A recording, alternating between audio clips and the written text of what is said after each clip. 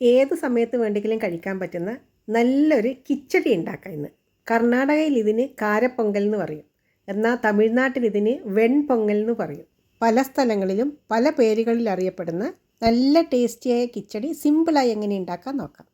ഇതിനു വേണ്ടി 1/4 കപ്പ് ചെറുപയർ പരിപ്പെടുക്കാം. ഈ പരിപ്പ് നന്നായി കഴുകിയതിന് ശേഷം ചൂടായ പാത്രത്തിലേക്ക് ഇട്ടിത് വറുത്തെടുക്കണം. കഴുകിയത് കൊണ്ട് ഇത് വറക്കാൻ പറ്റുമോ എന്നുള്ളൊരു ടെൻഷനൊന്നും വേണ്ട. പാത്രം നല്ല ചൂടുണ്ടെങ്കിൽ ഇത് അടിയിലൊന്നും പിടിക്കാതെ വറുത്തെടുക്കാൻ പറ്റും. ഇങ്ങനെയല്ലെങ്കിൽ വറുത്തതിന് ശേഷം കഴുകിയെടുത്താലും മതി. ഈ പരിപ്പ് വറക്കാതെ ഉണ്ടാക്കുന്നവരുണ്ട്, പക്ഷേങ്കിൽ ഇത് വറുത്ത് ഉണ്ടാക്കുമ്പോഴായിരിക്കും നല്ല ടേസ്റ്റ്. പരിപ്പ് വറുത്തെടുക്കുന്ന സമയം കൊണ്ട് ഇതിന് ആവശ്യമുള്ള അരി കഴുകി കുതിർത്ത് വെക്കാം. പരിപ്പെടുത്ത അതേ കപ്പിൽ 1 കപ്പ് അരി എടുത്തിട്ടുണ്ട്. ഇത് കഴുകി കുതിർത്ത് വെക്കുന്നുണ്ട്. പരിപ്പ് വറക്കുന്ന സമയത്ത് ഇതിൻ്റെ കളറ് മാറാനൊന്നും പാടില്ല. മീഡിയം ഫ്ലെയിമിലിട്ട് വറുത്തെടുത്താൽ മതി. ഇത് മൂത്ത് വരുമ്പോൾ നല്ലൊരു മണം ഉണ്ടാവും. അതാണ് ഇതിൻ്റെ കറക്റ്റ് പാകം.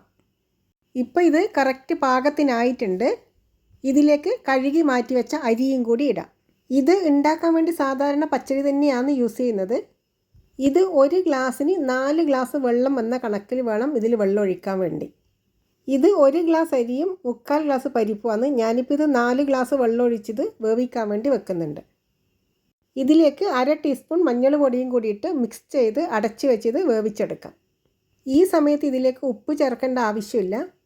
ഉപ്പ് പിന്നീട് ചേർത്താൽ മതി. ഇത് നമുക്ക് വേണ്ടെങ്കിൽ കുക്കറിലും ഉണ്ടാക്കിയെടുക്കാം ഇതേപോലെ തന്നെ. ഇതിപ്പോൾ അരിയും പരിപ്പും 1/4 ഭാഗം വെന്ത് വന്നിട്ടുണ്ട്.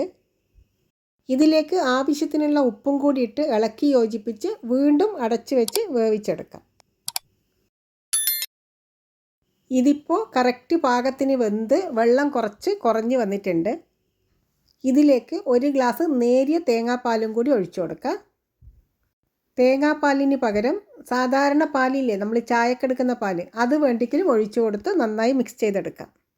ഈ സമയത്ത് ഇതിന് വെള്ളം കുറവാണെന്ന് തോന്നിയിട്ടുണ്ടെങ്കിൽ ചൂടുവെള്ളം ഒഴിച്ചു കൊടുക്കാം. ഞാനിപ്പോൾ 1 ഗ്ലാസ് ചൂടുവെള്ളം കൂടി ഒഴിച്ചിട്ടുണ്ട്.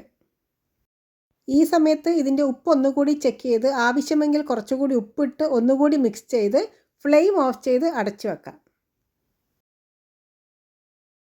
ഇനി ഇതിലേക്കൊരു താളിപ്പം കൂടി ചേർക്കണം. ഈ താളിപ്പാണ് ഈ കിച്ചടീൻ്റെ ഹൈലൈറ്റ്. കിച്ചടിക്ക് സാധാരണ താളിപ്പ് ചേർക്കുന്നത് നെയ്യിലായിരിക്കും. ഞാനിവിടെ 1 ടേബിൾ സ്പൂൺ വെളിച്ചെണ്ണയും കുറച്ച് ബട്ടറും കൂടി ചേർത്താണ് താളിപ്പ് ചേർക്കുന്നത്. ചെറുതായി കട്ട് ചെയ്ത 2 അല്ലി വെളുത്തുള്ളിയും കുറച്ച് കാഷ്യൂനട്ട്, 1 ടേബിൾ സ്പൂൺ നിറയെ മുഴുവനായി ഉള്ള കുരുമുളക്, 1/2 ടീസ്പൂൺ ജീരകം, എരിവിന് ആവശ്യത്തിനുള്ള പച്ചമുളകും കൂടി ചേർക്കാം. ഇത് എരിവില്ലാത്ത പച്ചമുളക് ആയതുകൊണ്ടാണ് ഇത്രയും ചേർത്തത്. ആവശ്യാനുസരണം കറിവേപ്പിലയും മല്ലിയിലയും കൂടിയിട്ട് ഇളക്കി യോജിപ്പിച്ച് മൂപ്പിച്ചതിന് ശേഷം ഈ താളിപ്പും കൂടി വേണം ചേർക്കാൻ. ഈ താളിപ്പിലാണ് കിച്ചടീൻ്റെ ടേസ്റ്റ് മുഴുവൻ ഇരിക്കുന്നത്. വെളുത്തുള്ളിയും കാഷ്യൂനട്ടും കുരുമുളകും ജീരകവും എല്ലാം നന്നായി മൂത്ത് വരണം. ഇതിലേക്ക് 1/2 ടീസ്പൂൺ കായം പൊടിയും കൂടി ചേർക്കാം. കായം പൊടിയും കൂടി ചേർക്കുമ്പോഴത്തേക്ക് നല്ലൊരു മണമായിരിക്കും. ഇത് കാണുന്ന നിങ്ങളിൽ എത്ര പേര് ഇങ്ങനെ ഉണ്ടാക്കാറുണ്ടെങ്കിൽ കമൻറ്റ് ചെയ്യണേ. ഇനി ഈ താളിപ്പ് നമ്മൾ ഉണ്ടാക്കി മാറ്റി വെച്ച കിച്ചടിയിലേക്ക് ചേർക്കാം. ഇതെല്ലാം കൂടി മിക്സ് ചെയ്തെടുത്തു കഴിഞ്ഞാൽ നമ്മുടെ കിച്ചടി റെഡിയായി. ഞാൻ ഹോസ്റ്റലിലൊക്കെ താമസിക്കുന്ന സമയത്ത് നമുക്കവിടെ ബ്രേക്ക്ഫാസ്റ്റ് ആയിട്ട് ഏറ്റവും കൂടുതൽ കിട്ടുന്നത് ഈ കിച്ചടി ആയിരിക്കും. ഹോസ്റ്റലിൽ നിന്ന് കിട്ടുന്ന കിച്ചടിക്ക് ഇത്ര ടേസ്റ്റൊന്നും ഉണ്ടാവില്ല. ഇത് കഴിക്കാൻ പ്രത്യേകിച്ച് കറികളൊന്നും ആവശ്യമില്ല. ചിലവർ ഇതിൻ്റെ കൂടെ പപ്പടം കഴിക്കാറുണ്ട്. ഇതിലേക്ക് നമ്മൾ തേങ്ങാപ്പാലൊക്കെ ഒഴിച്ചില്ലേ, അതും പിന്നെ ഈ കുരുമുളകിൻ്റെ ഓരോ സ്ഥലത്ത് കുരുമുളകൊക്കെ കടിക്കുമ്പോൾ ഉണ്ടാകുന്ന ആ ഒരു ടേസ്റ്റില്ലേ, സൂപ്പർ ടേസ്റ്റ് ആയിരിക്കും. ഇത് ബ്രേക്ക്ഫാസ്റ്റായും ഡിന്നറായും കഴിക്കാം. Okay friends, bye bye. Thank you for watching.